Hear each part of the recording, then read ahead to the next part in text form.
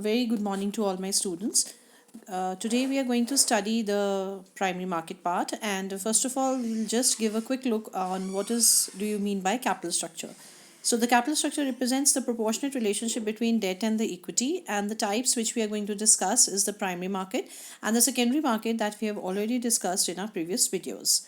So what is primary market? It is known as a new issue market, which is it is for the new issuers, and the shares can be directly bought from the shareholders itself. And the main focus of primary market is to accelerate the process of capital formation in a country's economy.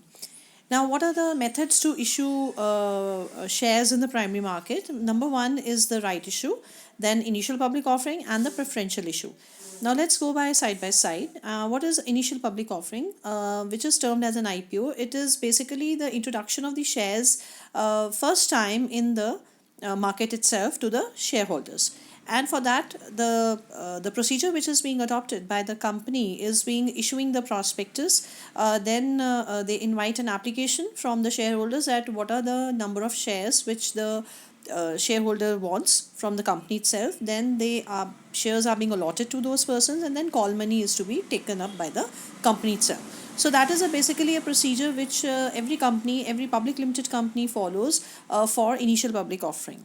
The rights issue is basically another feature where the existing shareholders get the right to have the right shares less than the market price. Now, if I am an existing shareholder of the company, the company will introduce or the company will offer the shares to me first and then to the outside shareholders. So that is being termed as the rights issue, and there are many provisions related to rights issue in the Company Law Act 2013 as well, and there we can have all the provisions of the rights issue.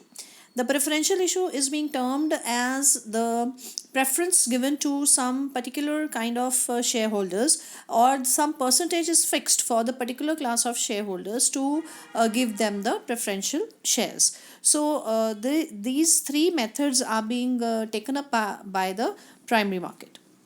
Now, this is basically the methodology how the primary market works, and this becomes a very, very important question also from the paper viewpoint, that what are the methods of issuing shares in the primary market. So we have discussed almost three parts. That is, one was IPO, that was initial public offering. It could be of the fresh issue also, or it could be for offer for sale also. And the further public offering, like a subsequent public offering, can also be done by the company, and it could be also of fresh issue and offer for sale. And then we have done the right shares which is being offered to the existing shareholders, and it is the right, it is being termed as a preemptive right. More specifically, it is being termed as the preemptive right which is given to the shareholders. Then we have the private placement. So here private placement could be for unlisted companies also, for listed companies also, and it could be preferential issue for the listed companies also. Listed companies, by listed company we means the companies which are being registered under any recognized stock exchange, whether it could be a Bombay Stock Exchange or a National Stock Exchange, or it could be any other stock exchange in India. The qualified institutions placement, it signifies that a certain percentage can be given to some kind of institutions where the percentage is fixed by the company.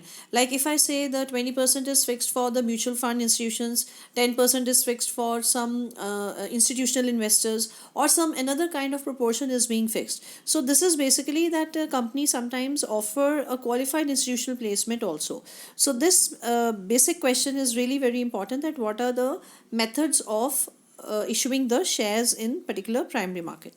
So here we study the features of primary market. So features of primary market, the first one is that the market for new long-term equity capital. So as we all know that for equity shareholders to get the equity shares of the company, they have to go in the primary market, and they can have shares from the open market also. And it is the market where the securities are sold for the first time. So every time any new company or any new offering is coming in the market is being termed as the primary market or a new issue market. The securities are being issued directly by the company to the investors itself. and the company receives the money and issues new security certificates to the investors. These are called the share certificate.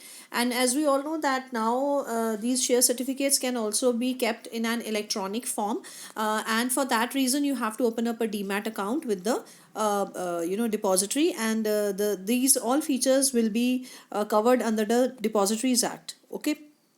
Then the primary issues are used by companies for the purpose of setting up new business or for expanding or modernizing the existing business. The new issue market does not include certain other sources of new long term external finances, and the borrowers in the new issue market may be raising capital for converting private capital into public capital, and this is known as going public. So, whenever any company goes public, so what does it signify? That they are issuing their shares directly in the open market, and any shareholder can take up that share directly from the market itself.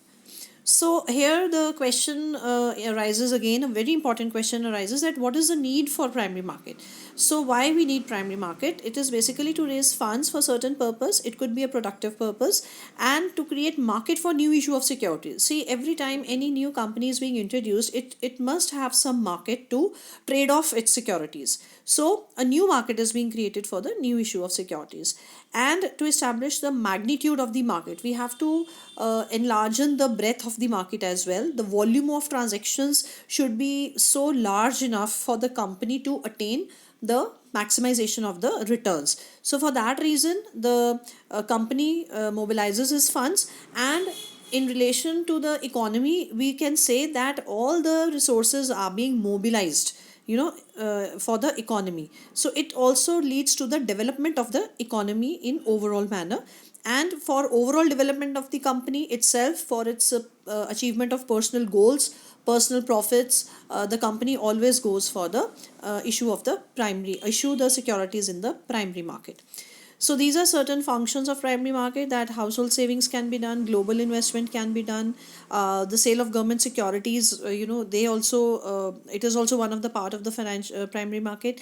Then primary market participants are there. We have brokers, we have sub brokers, we have jobbers, we have portfolio people, consultants, all the market players which are there in the market, and we have market risk. That means risk is being totally involved in the primary market, and because it is a new market, we don't know the company's profile, or we don't know the company's future prospects, so there is certain kind of risk that is being involved. So all these functions are also very very important from your paper viewpoint. Now, importance of the primary market. So first of all, it studies the needs, wants and expectations of the customers as well. It finds out the reactions of the customers to products of the company. And as the product is new in the market, so every consumer will first try it, test it, and only then the confidence of the customer will be gained by the company itself. So it evaluates company sales promotion measures for suitable adjustments and improvements.